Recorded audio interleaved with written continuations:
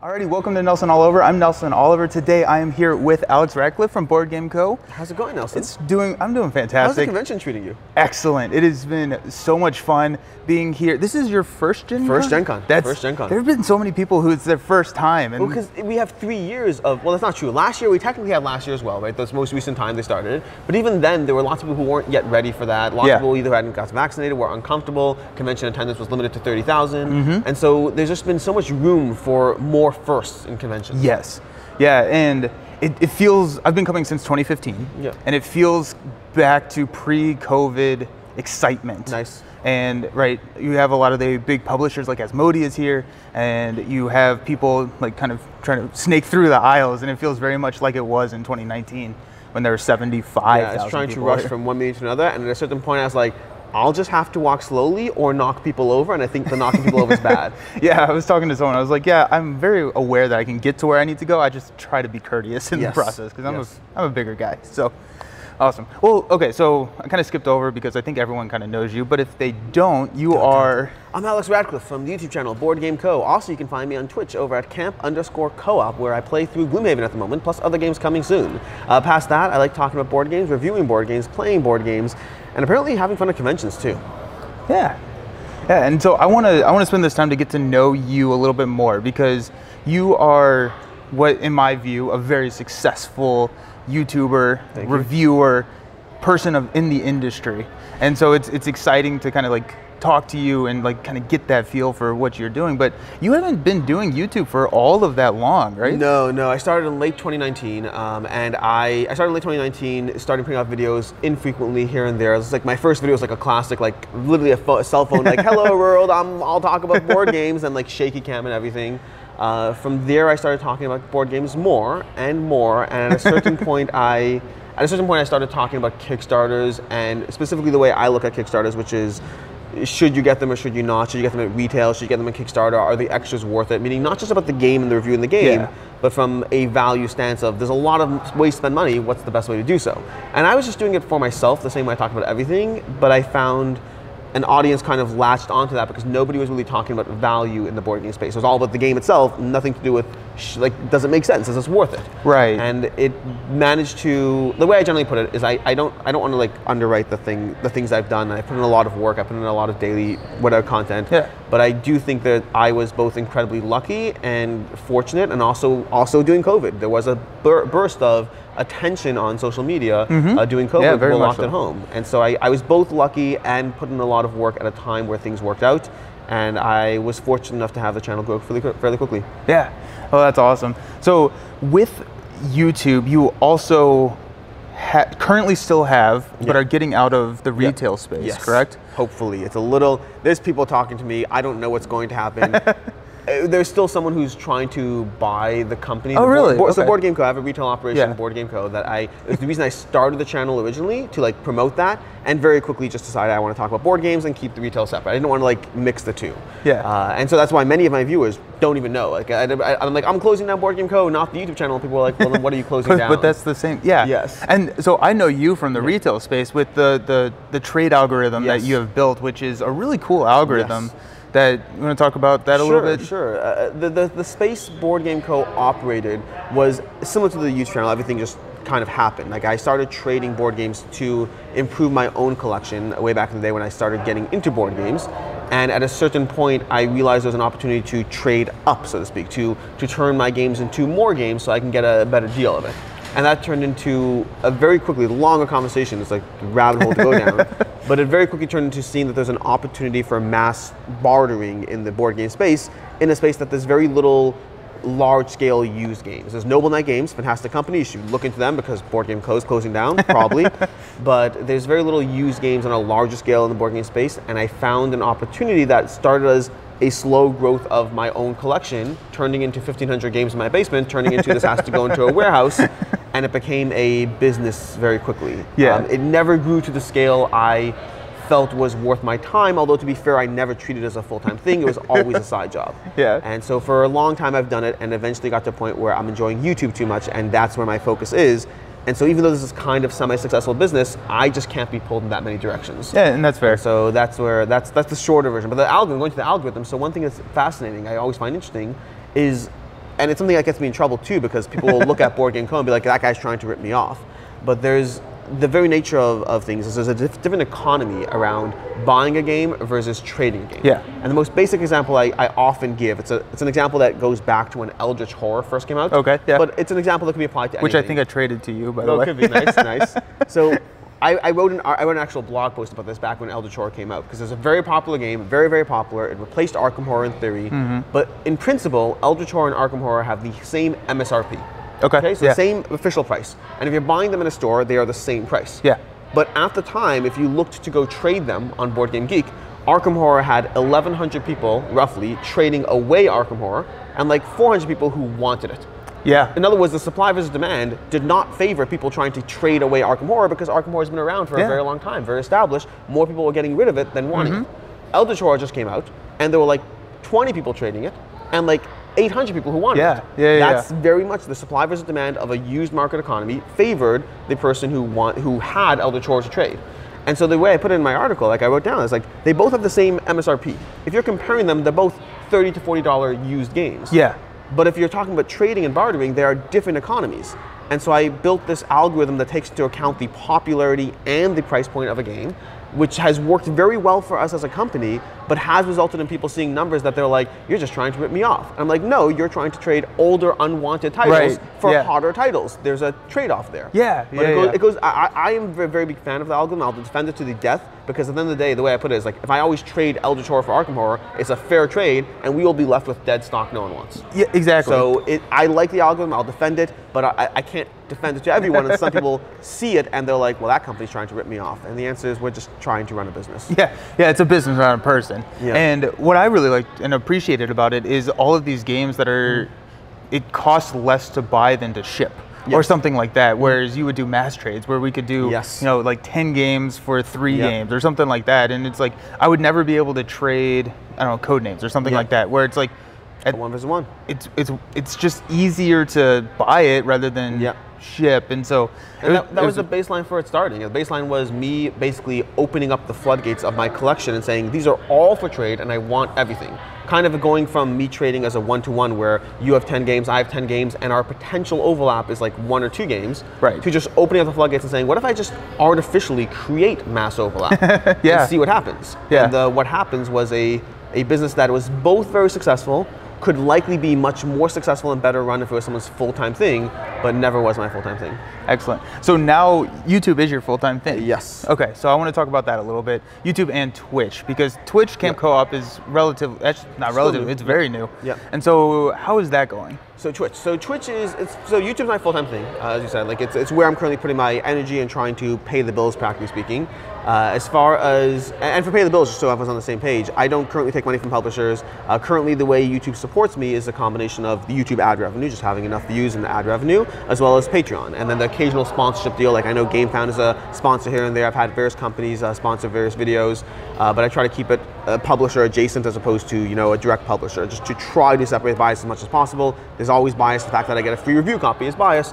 I try to separate it, but I recognize it exists. As far as Twitch is something that kind of started as almost like a halfway joke almost. It was thanks to Professor Meg. I played Codenames on Twitch with Tim Riel over on Codenames, Codename sessions. And after one that I did with Professor Meg, she was talking about how she wanted to do Gloomhaven, play through Gloomhaven on Twitch. Fine, end of conversation.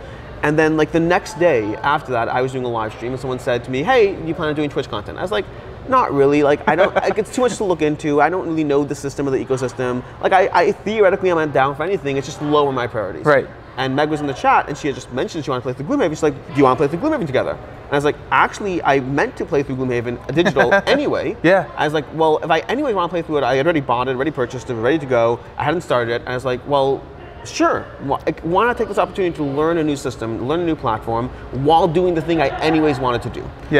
And so that approach to Twitch is kind of where my focus has been. Everything I do on Twitch right now is the thing I want to do. When I cover things on my YouTube channel, there's a degree of back and forth. There's sometimes playing things I don't want. There's sometimes the pressure of doing that video or this video or hitting a timeline because it is my job. There's a degree of responsibility around it. Twitch, we still try to keep their schedule and we're still trying to grow it. But the approach we're taking is Twitch is where we spend all our time focusing on the things we really want to, playing through more campaign games, trying out things that are fun. And as far as how it's going, the practical reality is Twitch is still smaller as an ecosystem. It's much smaller. And so our goal is, we don't care if we get paid $2 an hour because we're doing things that are fun anyway, and we're engaging, and the goal is for it to be fun. We would love for it to grow so that we can justify other things, but also it pays for its expenses. So that more travel, more equipment. Meg bought a $2,000 computer. I upgraded to better internet. We are losing money on Twitch. We are losing money. So am I. So we would love to get to a point where we are able to do the fun things and have it not be losing money. Yeah, it's just break even. But it takes time. And it's interesting because like one of the things I plan on doing, I plan on at some point doing a video about this, is the nature of Prime subscriptions. Is it's very easy for, if you have a large enough audience of people, it's very easy for them to support you for free. Exactly. If they take that once a month click. Yeah. Which is a once a month click, but it's like, it's better than being, it's not better, it's cheaper than being a Patreon, it's cheaper than supporting a Kickstarter, and you could be giving us Amazon's money and screwing Jeff Bezos out of it. Like, I mean, it's a win-win. It's a win-win, I don't actually hate Jeff Bezos, but some people do, so I'll appeal to you guys. But appeal to the masses. Appeal to the masses. Oh man. So I am talking with Meg later today, and so it'll be a future video, but we're talking all about Gloomhaven. But where are you at in the campaign, just to kind of give a preview to that conversation? So, I don't want to be too spoilerific, so I'll save it. There are characters in Gloomhaven who are bad influences of you, and there's certain pathways in which you have to make choices around how to deal with them. And we are at a point where we just made a larger pivotal choice as to whether to support evil or hinder evil, and we chose hindering evil. And we just finished that boss fight. Excellent. Awesome. Well, that's so much fun. I have not been able to see the entire campaign, but I hop in every once in a while. And the Gloomhaven digital implementation looks so good. It's very good. It's so good. And like, I've moved away from my Gloomhaven group, and like, I have Frosthaven coming, and like, I don't have anyone to play with. There'll be a Frosthaven digital at some point, I'm sure. And so that's kind of what I'm looking at. Have you ever retired a character? I'm about to retire my first character, and I do not like Gloomhaven anymore. Oh no! I mean, I love my character, and they're about to take him away from me. I'm just like, it's this close. It's gonna happen, and I'm going through the fields at the moment and reevaluating my love for Gloomhaven. Really? We'll come back. I mean, I'm sure I will learn to love again, but like I have a Mind Thief right now. I think that guy is bad. Like, I think he's so cool. He kills, he destroys. Like, Meg's walking in with her her brute. No, brute. Yeah. And she loves her brute, and I'm just like, oh yeah, you can stay back there. I'm just gonna kill these people. I'm gonna rip them apart. Meg's like, I thought I'm the damage dealer. I'm like, no, you're the tank. I'm gonna rip these people to death. I'm gonna pick one, kill it. Pick another, kill it. I love my Mind Thief. I love my Mind Thief, and they're about to take him away from me. Do they tell you the symbol that you're about to unlock? I know who I'm unlocking. The problem is, the person I'm unlocking is Meg's favorite character in all of Gloomhaven. So she asks for dibs, and I was like, you can have it. I don't know enough, I don't care. I'm not gonna take away your favorite character in Gloomhaven. So I already have my next character picked out. I also have 2 backups. The problem is, for me, I learned to love my Mind Thief more and more as I built him. Now, granted, because of the prosperity level of Gloomhaven, my next character will come in at level 2 or 3, depending on whether we can hit that next prosperity level before he dies. But I will learn to love again. I just love my Mind Thief. I love my Mind Thief. See, I'm kind of, I always like the new characters and the new, so I was really excited to always retire and like try out new ones. But we ended up playing through an entire campaign and then started over. And so just because we had unlocked everything, but we're like, that was before Jaws of the Lion, so it's like, we don't have any more content. And now there's Crimson Scales, which gives you like 14 more characters, but not digitally, so I'll have to play through physically at some point. Which is Addicts Games. Yes, Addicts Games. So that is something that I want to try out as well, because I demoed Rove from them, and that was really cool. I played 1 game of Crimson Scales so far. Really enjoyed it. The character, for me, Crimson Scales is Gloomhaven with new characters, but it's more scenarios in case you want the variety.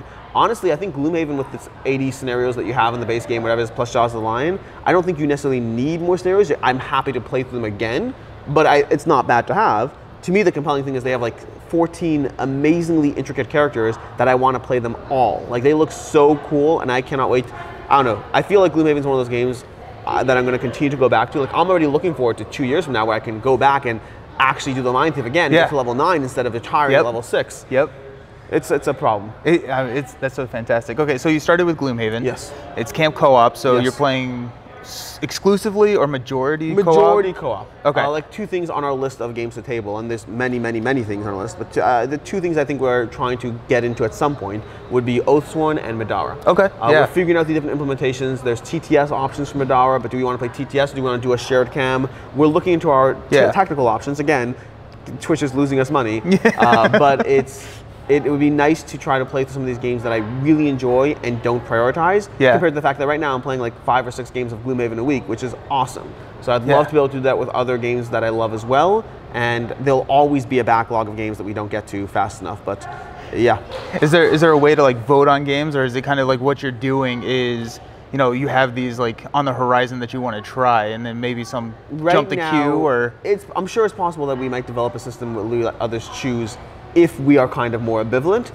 Until Twitch gets to a point where it's actually paying for itself, we are going to always prioritize the thing that's fun, the thing that we most want to do.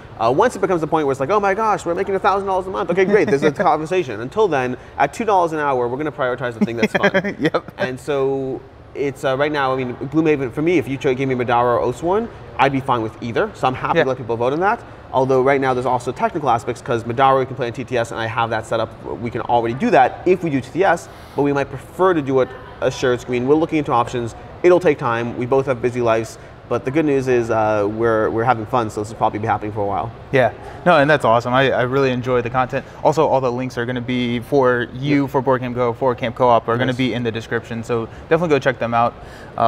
So is there anything else that you wanted to talk about before we wrap this up and tell people to have fun and go follow you on on Twitch and watch you play Gloomhaven? I don't know if there's anything specific necessarily to cover. I mean, there's any number of million different conversations we can cover, from board games to Gen Con to Camp Co-op to other games. I guess just for the sake of speaking of board games, unless you have anything you want to cover, I'll just talk about Hoplomachus Victorum. Because for me, I had someone this morning ask me if there's one game I should buy at the convention. If there's one game, from what you've seen so far, if there's one game to buy, what would it be? And I, of course, gave him 3 answers. I said, and for him, I said, given the person who asked me, I really had 2 answers. I said Mythic Mischief is one of them. Like, Mythic Mischief, I think, is an amazing game. Absolutely should try that out. By the way, for the record, there's 17 answers. I'm just going with what's currently front and center in my mind. Yep. So Mythic Mischief from Ivy Games is going to be one that I think is a fantastic game to try. I really enjoy it, and I think that game will have legs. I think the people who have played it have enjoyed it, and it doesn't have the same visual appeal as a game like Moonrakers from them, but I think it's a better game, and I think people will like it a lot. But the person who was asking me is someone who I know likes more solo dungeon and crawls as opposed to two-player tactical. So for him, I gave 2 answers. I said, I think Oathsworn is one of the best new games in the genre that I have played. It gives you an amazing story, a compelling experience that is a campaign-driven, although with the option for single shot, and it does so incredibly well and is immensely satisfying. I highly, highly recommend it. Okay. But I also said I think Hoplomachus Victorum from Chip Theory Games was, for me, I think the best pick. So far. I think Oathsworn might be a better campaign experience for those that want it. Hoplomachus Victorum leans more into the Too Many Bones style of campaign, where you're going to play it across several sessions, but it's not going to span, weeks and months. It'll span, if you're playing it, you can play a dedicated campaign in a single week if you're giving it the time. Yeah, leave it on the table. Yeah, and I think you can properly, like, not single session, but single week. And a nice save system in place. But Hoplomachus Victorum gives you all the things that I originally liked about Hoplomachus, but with a degree of leveling up between games. That's cool. That, for me, is the reason why originally, back in the day, I chose Too Many Bones over Hoplomachus when I had both. I was like, these are both amazing. I'm going to keep Too Many Bones and get rid of Hoplomachus, because Too Many Bones is the same feeling, but with more of a progression. And Hoplomachus Victorum is, well, here's that progression you wanted, and a better refined system than what we had last time. So out of the 2 now, Too Many Bones or? Oh, I need more time. I need more time. Okay, I can make a strong argument that I would pick Hoplomachus. Okay. Only because of how accessible it is. I think it's more accessible than Too Many Bones.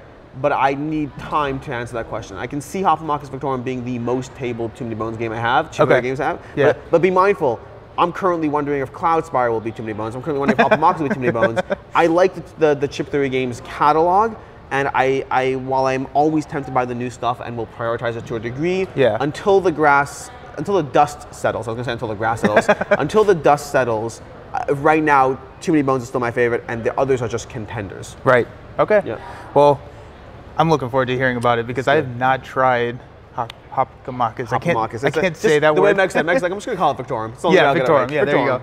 go. But I have played Too Many Bones. Fantastic game. So I'm excited to hear your final thoughts on that. It's very solid. It's very solid. Anyways, thank you so much for taking the time to talk with me out of your busy Gen Con schedule. I am looking forward. All the links are going to be below in the description, and go follow and hear what Alex has to say about board games. Thank you. Thanks. Thank you.